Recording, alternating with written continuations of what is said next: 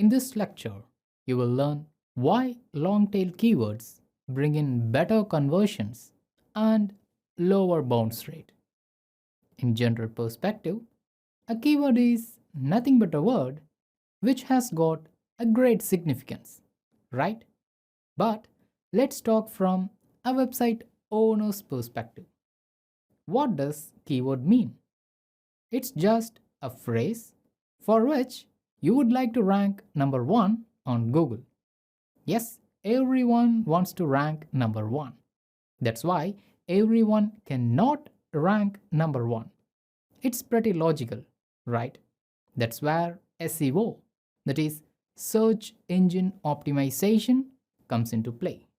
That's where this course excels.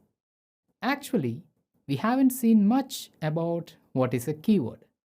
So let's see that from a different perspective now. A keyword doesn't need to be a single word. For example, when a user searches for WordPress themes, he may be expecting a search engine to display various perspectives of WordPress themes, such as what is a WordPress theme, from where he can download it, how he can install it or upload it to his website, or how to design WordPress themes. So, there are multiple things that are covered in this broad keyword WordPress themes. The shorter the keyword, the range will be broader. In other words, shorter keywords are searched tens or 100,000 times per month in Google. Let's move into the next example. WordPress themes for blog.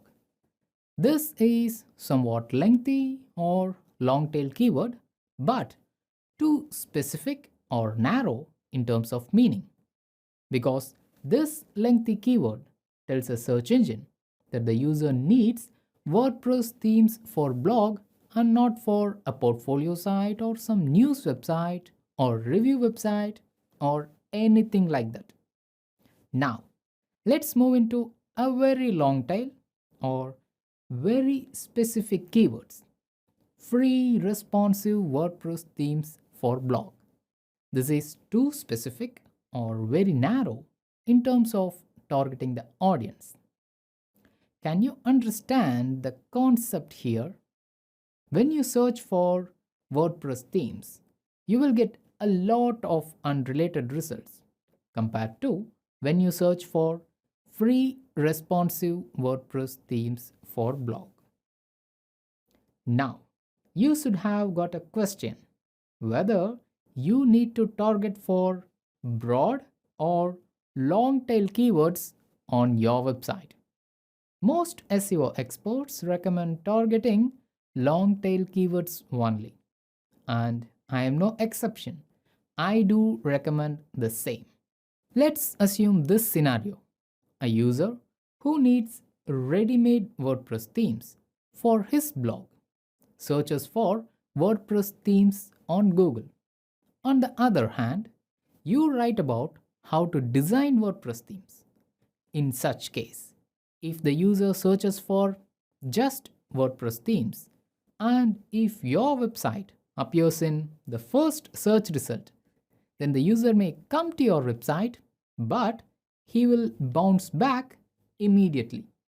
Then he will start to fine tune his search keyword to a long tail keyword because he needs free responsive WordPress themes for blog to download and use it on his website, whereas you're teaching how to design such themes. What you're providing on your website is a long but useful process, but he needs a ready-made and an instant solution. For the term WordPress themes, some XYZ website may appear on the 10th search result, whereas when the user searches for free responsive WordPress themes for blog, that particular XYZ website may come to the first search result. And when the search user enters this XYZ website, he would get what he wanted. So the bounce rate will be low, and the time spent by the user on this XYZ website will be high. He may get a lot of choices, so he may look into multiple themes on the site and download the one which he likes at last. It's a win win situation for both the search user and the XYZ website's owner. This is the reason why you should target long tail or very specific keywords on your website to get the most converting organic traffic. Have you ever wondered how can a newer website outrank an established website? Let's see that in the next lecture.